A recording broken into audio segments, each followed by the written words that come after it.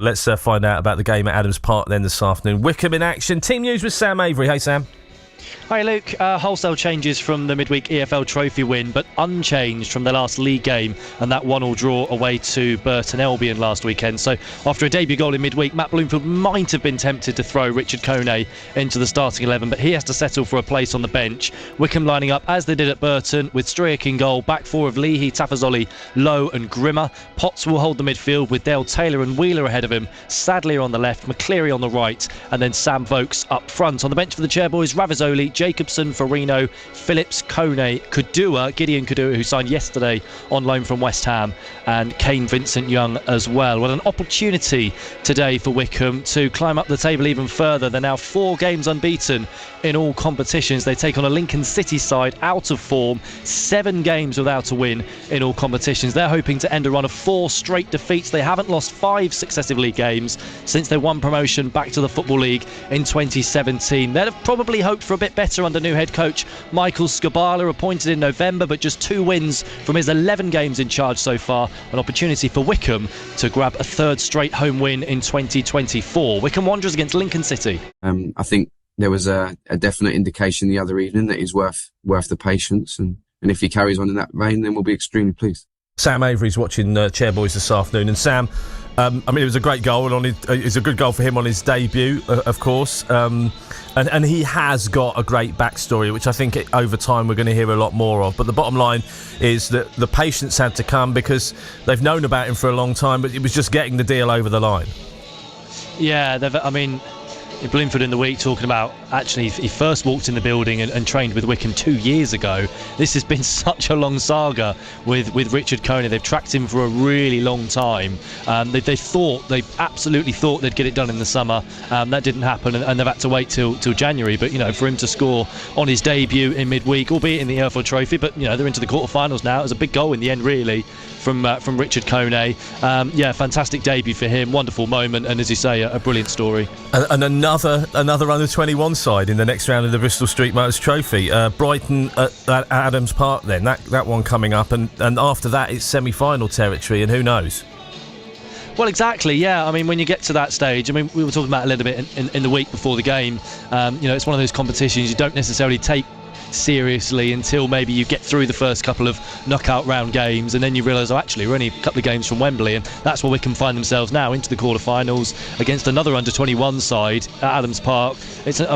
Brighton's done very well in the competition. We obviously remember them beating MK Dons quite well in a few rounds previous, and they got past Reading in the last round in midweek as well. So they're obviously a decent team, and we know the youngsters that Brighton have got from the players they bring into their Premier League side. So it's obviously going to be a difficult game, but it's certainly an opportunity. Win that, as you say, and you're into the semi-finals and 1 game away from Wembley. So they've kind of just taken each round as it comes, gone under the radar a little bit, the focus on the EFL Trophy, but suddenly, as you say, they're a couple of games from Wembley. And little mini unbeaten run at the moment. And if you take the game from Derby, it was a draw against Derby, a draw against Port Vale, and then so really there's only 1 defeat in that 7-match run. And that defeat obviously came against Exeter. But if you look at where they were, 7 games ago, it's a better picture now, and it's a little run that I think Matt Bloomfield has crafted quite well. They're making themselves more difficult to beat.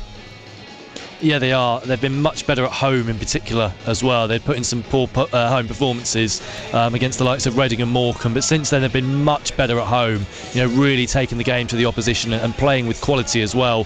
The Bristol Rovers game, they were terrific on New Year's Day. It shouldn't have finished 3-2. It only finished that way because of the red card and Bristol Rovers scoring twice in stoppage time. They were very good then, good again in midweek in the EFL Trophy, particularly from the start of the game. And they have turned a corner, I think. They can move into the top half today, Wycombe, with 3 points. If a couple of results go their way, they could find themselves in the top half come 5 o'clock. We were talking about them potentially battling relegation if things got much worse. So it's been a really good turnaround over the last couple of weeks, and again just kind of gone under the radar. A couple of draws, but the odd win here and there, keep ticking over in the EFL Trophy, and suddenly it seems like they've turned a corner. We'll talk about Gideon Kudua in a moment, and Lincoln. We'll talk about that after half past. But just a few players that have left the club. Harry Boy's loan ended by mutual consent between Wycombe and Sheffield United, and I see Lyle Taylor's moved on. Has he gone to Cambridge? Yeah, so he's gone to Cambridge, and Harry Boyes has moved on pretty quick as well. He's gone on loan to Fleetwood. That was announced minutes after his departure from Wycombe. So that was obviously one that was probably in the pipeline.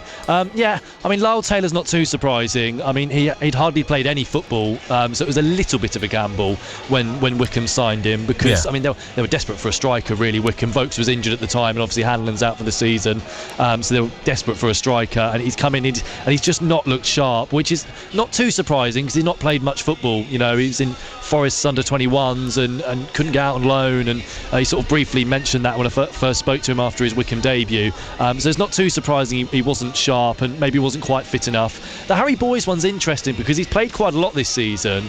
He's maybe been a little underwhelming, but he's been solid enough. And now you're thinking, well, we can probably need to sign a left back, because Luke Leahy's playing there today, and he's kind of naturally a midfielder, really. And then you've only got Joe Jacobson, who's not really been in the frame much this season. He's on the bench today, so they probably could do with a left back now that Harry Boyes has gone. But again, maybe that's in the pipeline. You know, maybe this has been planned for a while. Sam Avery's watching the Chairboys as always, of course, this afternoon. Just a quick word, if you can, on Matt Bloomfield. 50 games, and I would imagine maybe 5 or 6 weeks ago it was probably one of the lowest points in his career, but he's turned things around a little bit at Wycombe, and it's starting to look more positive.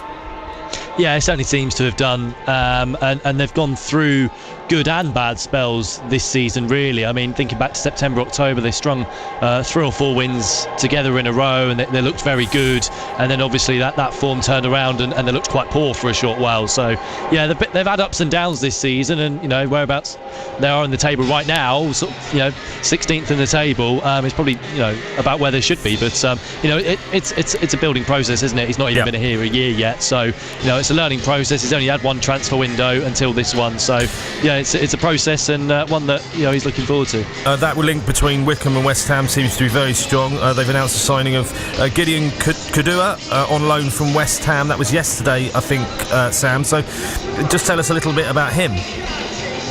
Well, he scored here in midweek for West Ham under-21s in the EFL Trophy match, so it's an interesting transfer policy. If you can't stop them, sign them. But of course, you know, Freddie Potts is already on loan from West Ham, as you alluded to, so you know, they do seem to be building up a decent relationship with them, and we saw how good West Ham's youngsters were in midweek when they played here. And as well as that, it probably indicates further that Freddie Potts will be remaining here for the season if West Ham are happy to send yet another young player out on loan at Wycombe. It's a good relationship to have, and hopefully can have a similar impact to what Potts has had. Also in League One, Adams Park, our next destination. Wycombe against Lincoln. Sam Avery. Finishes Wycombe 1, Lincoln City 1. Late heartbreak again at Adams Park. It's the 8th time they've conceded in second half stoppage time this season, Wycombe, more than any other League One side. Ethan Eraham with a 97th minute equaliser for Lincoln. Wycombe failing to deal with a set piece, and he lifted an effort over Strick and into the far corner. Dale Taylor had Wycombe in front in the first half with a close range header. They did have to survive scares in the second. Wycombe, Lincoln had a goal disallowed after the 70th minute mark, but they found their equaliser. Wycombe 1, Lincoln 1. Let's find out about the other game in League One. And Sam Avery, oh, goodness me, this has got to stop. This has really got to stop. You mentioned it, 8th time conceded in stoppage time, throwing so many points away. Did Lincoln deserve anything out of the game? Should it have been put to bed before then? What was the situation?